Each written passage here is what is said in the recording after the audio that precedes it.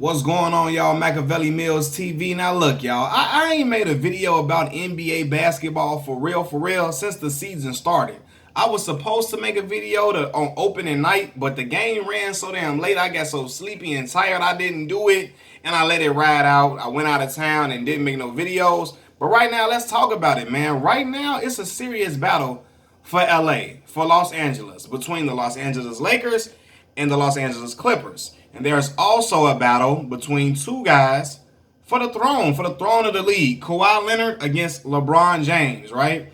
And I feel like everybody has conceded for them. A lot of majority of the people that I'm hearing have conceded the fact that at this stage in their careers, Kawhi Leonard is a better basketball player than LeBron James. They feel like right now Kawhi holds the throne. He has the crown due to the fact that he is fresh off an NBA championship with the Toronto Raptors. So everybody like, hold on, Kawhi the King. He got the NBA Finals MVP. He the top dog. Now you got other individuals like me. Now I'm going to tell y'all right now, I am biased in the fact that LeBron James is my favorite basketball player. I still feel that man is the best basketball player breathing oxygen on planet Earth. And I still feel that way. Yeah, Kawhi has had more success as of lately. But I think coming up this year, LeBron James will prove without a doubt that he still is the top dog. And while he didn't prove that in the first game around, the first Clippers game, I think you're going to start to see things swing in favor of LeBron James as far as how the momentum is going. Right now, his team is playing very well. Since that game, their first game they lost, they won 5 straight games. 5 straight. Now, I know y'all going to say, oh, they have some filler teams in the middle of that. But they just beat San Antonio. And they just beat a very, very good Dallas Mavericks basketball team. A game in which LeBron went like 39 points, 16 assists, and 12 rebounds. A damn triple-double. But I mean, like, just how he got that triple-double, it was special. And right then, I saw that was a wake-up call. And that was a boss, that was like a boss move to show to Kawhi, like, listen, man, I not even just Kawhi, but to show the world he still can play at a very, very high level, no matter what age he is. Right now, he got that big 6'10", 6'11" dude from Chicago, Illinois, my hometown. Shout out to Inglewood, where AD is from. Inglewood, AD out there balling with that man. And as crazy as it seems, AD ain't really been getting off like that. But the man's still out here getting 30, 25, 27. Like, he's still out there going and getting big numbers with ease, and he ain't really took over a game as of yet. I feel like that first game, LeBron was feeding it. A lot of times, especially that first game, LeBron was feeding it into AD.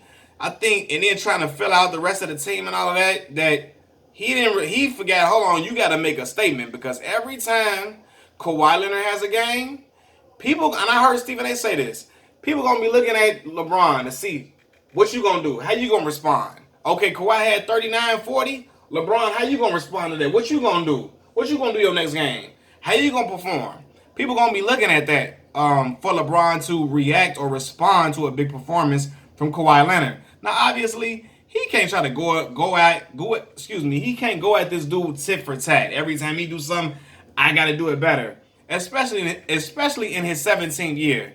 You just got to play within the game. If it's there for you to take over, if you got to take over, ball out. If AD got the hot hand, give it to AD. What the hell? The man can definitely, like, we know AD is capable of getting good buckets and leading the team to a win at least. Not a championship. We don't know that as of yet. But he is a valuable value. Like, he's the best piece you can have in a game. The best co-star a superstar could have is Anthony Davis. So I know LeBron gonna trust in that on nights. Like, look, I ain't gonna work myself out. I'm not gonna tire myself out. I'm gonna let the young boy, the young 26-year-old, go ahead and go to work. So, while Anthony Davis has been known to be more of a finesse guy than a brute physical guy, I think as time goes on, he gonna show that Chicago dog beating in his chest.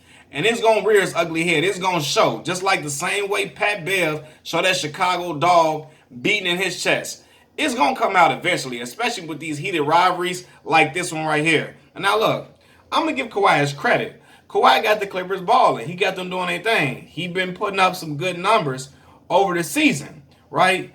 But one thing I will say, people automatically just concede that, okay, the Clippers are playing good now. Just wait until Paul George returns. Paul George ain't even back yet. Let's see what they gonna do. Let me tell y'all something right now. That's not always how basketball works. Just because the team is playing well, okay, when a team is playing well, just because you add another superstar to the team does not mean the success will triple or double or whatever. Like the success is just going to be stacking up even more immensely.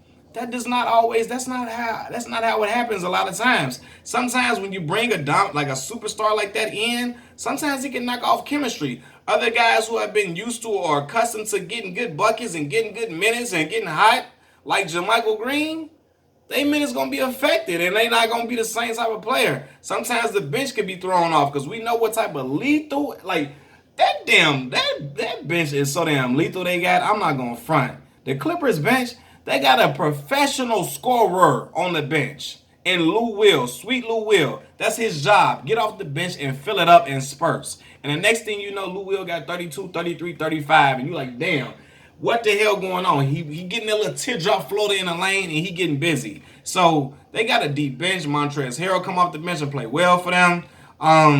They got guys that come together as a cohesive unit. As of right now, let's see how things will configure when Paul George comes back. But I'm telling y'all, it's not always how it works. Oh, we add this superstar to the bunch, it's gonna be over the top. It's just gonna be a done deal. No, sometimes it takes time for these guys to get acclimated with one another, to be playing with each other. Yeah, they know each other personally, but having a basketball relationship on the court, like having communication, we got to see how that plays out. But I'm like, I got to get back on the Lakers real quick because, truth be told, Dwight Howard is balling out of his mind, and I told everybody that was a good pickup for the Lakers. Some people were like, oh, they tripping, they don't need Dwight, he done, he cooked, he finished, and all of that. Not knowing that the man was averaging like 17 and 12 or 17 and 13 or something like that in Charlotte a few years back. He was hurt last year. But if you roll with whatever the mainstream broadcast, TV broadcast is saying, they all saying he washed up, he's done, and this is his last leg and all of this. And I'm looking like, a lot of these dudes averaging them same numbers Dwight had, 17 and 13 or 17 and 12, they would have got big time bread. Big time bread. People looking at it from the lens of what everybody wanted Dwight to be, but still not recognizing he's still a valuable asset for any team, especially this Los Angeles Lakers team. Like, I mean, the sizes they got, JaVale, AD, and Dwight, come on, man. All the rebounds should be coming to them guys. But Dwight is proving himself. And currently he playing better on both ends of the basketball, both ends, offensive and defensive end. He's playing better than JaVale, in my opinion. Y'all can say if y'all disagree or not, but I don't know, man. Not AD. Dwight is coming to do some work, and he coming to redeem himself, and I'm loving what I'm seeing from that man. I'm loving that, man. Come out and ball. Danny damn Green. Y'all. Like, I saw Danny Green catch fire when he was playing in that game at big moments for Toronto. He had some clutch threes. Especially that one game, he just went crazy. So I saw it, and I made a video on it. I reported on it. But, like, real talk, Danny Green is a valuable asset for any basketball team. What team was he all defensive last year? He was an all defensive team. It wasn't first, was it? Oh, y'all let me know. Was that a first? What the hell? Like, I got to check that out. But Danny Green, he always, I promise you, hitting all the biggest shots when you need him to hit the shot. And when LeBron kicked it to him, and that man, I think he up fake, he pump fake, and then cashed that mug. I was like, oh my God. In the first game, he went crazy the first game. So I'm like, Danny is proven to be a valuable asset. Gonna hit big time shots for you. Gonna play good defense. He know how to play Kawhi on D2. He plays Kawhi pretty well from what I saw. And that's what you learn from being teammates with a guy and going at each other in practice all the time. But that Danny Green pickup is big time for him. And Danny gonna hit some more clutch big shots that they need him to hit. A guy like LeBron James gonna need him to hit them big shots, especially when they in deep waters at times. And they get the flood and Bron. Or crowding around LeBron. What else I was gonna say? But that Danny Green pickup is great. One thing I noticed too, When LeBron was playing, I feel like that game against Dallas was a statement game, and he was trying to prove something and prove to everybody else that no matter what year he's in, he still is the top dog. He still can play at a very, very high level and still can be the best player breathing oxygen on planet Earth. Like when I'm watching Bron, when he went coast to coast, I'm thinking he about to lay the ball up. My man's went and yam that mug like that, like he had on some young legs or something. I'm like, oh yeah, that's different. He got a point to prove. He pissed off about something. He trying to let everybody know I'm here to stay. No matter what y'all been saying, no matter what y'all thinking, because the NBA trying to move on from Bron. A lot of the general managers and commentators, they saying this guy's the best player, that guy. They're trying to find a new face of the NBA to move on from the LeBron era. And I'm telling y'all right now, the face of the league will never, ever be Kawhi Leonard. It won't, especially if he got the personality that he has now. I know y'all saying it's all about basketball. It's all about basketball. But let me tell y'all about something about marketing. When you, like, for real, when you want to be the face of something, you have to be marketable. I don't think Kawhi Leonard is marketable at all. Outside of being a basketball aficionado or a super basketball head, like myself, I'm super into basketball. If you're not into that, you can't sell Kawhi as the face of the league. It's hard to do that, man. A man don't got the liveliest personality. Derrick Rose didn't have that personality like that, but knowing Poole, it definitely come out. He just didn't want to display it like that. But D Rose was such a high flyer. His playing style was so damn exciting. Thrilling to just see a 6'2", 6'3" dude jump through the air like that. I think that's really what won him over. I don't know, but Derrick is big over in China. I'm sure Kawhi is big in other places, but face of the league, D Rose is never the face of the league. Kawhi was never the face of the league. As great as Tim Duncan was, the best power forward to ever play the game, Timmy could never been the face of the league. He couldn't do it. He didn't have a swagger. What they call it, the je ne sais quoi, whatever they call it, je ne sais quoi, whatever they be saying. He didn't have that. He didn't have that. Kawhi don't have that it factor about him as far as the overall package. But as a basketball player, the man is top notch. He official like a referee with a whistle. And everybody know that if you watch basketball. But I'm saying they trying to find the next face of the league, which they trying to move away from Bron, because everybody know Bron is the face for sure. And I told y'all, in my opinion, the best guy to do that was Zion Williamson. Zion is currently hurt right now, and I don't even know what is his timetable to return. I'm not exactly sure. I got to look that up. But yeah, I feel like Zion was the only one that could eclipse LeBron's star power, and that would be only after he starts to put up them big numbers that I believe he's capable of putting up, because I think shorty Zion is the real deal, especially after I saw him in the NCAA tournament balling like that against Taco Fall, going head up at that man and getting the N1 play. But hold on, what team was Danny Gray? Did he make an all defensive team last year? I don't see it on there, but I'm looking at Wikipedia, so he could be lying. I don't know. They must have forgot to update it. I don't know. Maybe he wasn't an all defensive player last year. I don't know, Danny Gray. But anyway, yeah, man, like I really think it's gonna be an interesting season.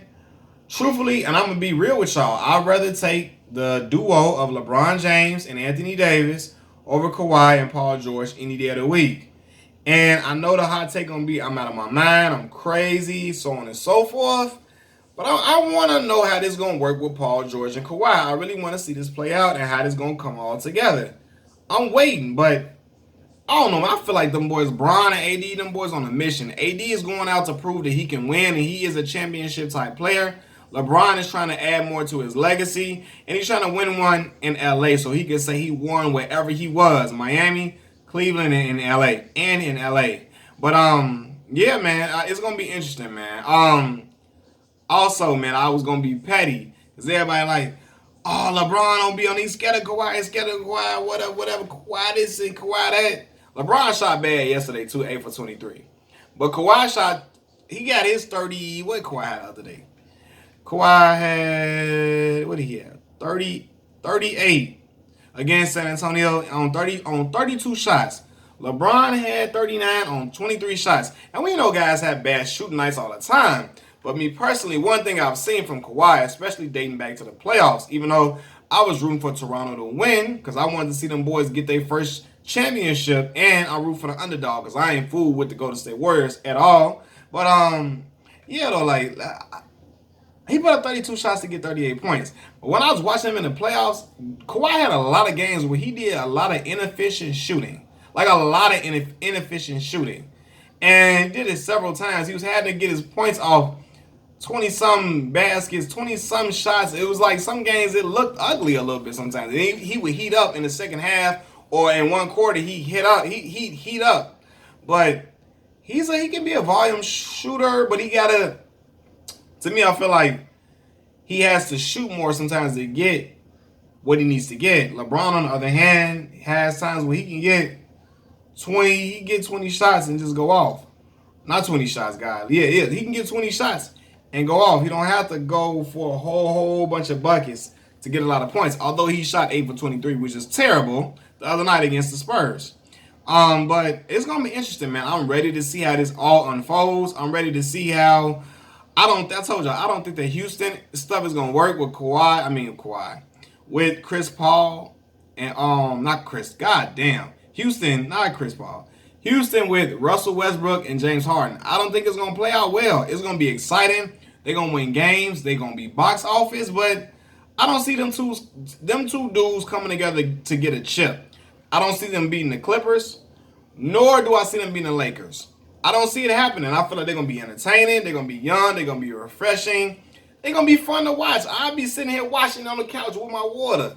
Like, come on, I'm going to be heated in here, jumping up and down in the crib. My lady going to have to tell me to calm down. It's going to be exciting. But truth be told, I know what that is. It's not winning no chip, baby. And if it does, I come on here and apologize with tears in my eyes, or one tear coming down like Denzel on Glory. I'll do something like that.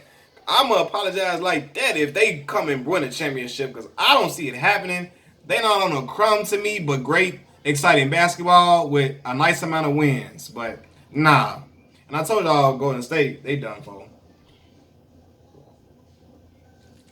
But yeah, man, I think LeBron is coming to show that this still his squad. I mean, he's still a top dog, and I feel like I think they play again on Christmas. And I want LeBron to give a better matchup and a better outing than he did the previous time. LeBron was settling for J's after his jumper wasn't falling in that first game, settling for jumpers. And I feel like, man, go to the cup, big fella, and finish over these dudes. And I feel like the second game, I feel like LeBron ain't going to get that game. And I feel like LeBron going to make a statement against Kawhi, because people talking that, oh, he's scared of him. Look, y'all got to chill out, bro. Kawhi definitely defended LeBron well. I remember dating back to the 2014 finals. LeBron was still getting off, but Kawhi was disrupting him. Kawhi's a great player. But I told y'all, I like LeBron. LeBron probably the best all-around player I didn't ever seen, as far as like assisting, all that type of stuff, getting guys high percentage shots, knowing what guys going to be at as far as basketball IQ, his athleticism, rebounding abilities. He was even blocking shots when he was younger and more spry, getting them chase down blocks, and had a lot of steals too as well. LeBron was a defensive. He played great defense when he was younger. No lie, because I watched him do it against my boy D Rose when D Rose was playing for the Bulls. But yeah, man, it's gonna be interesting. But I feel like the next time the Clippers play the Lakers, I feel like temper's gonna flare a little bit for sure, but I feel like the Lakers gonna snatch that win, man. Y'all let me know what y'all think. Machiavelli Mills TV, peace.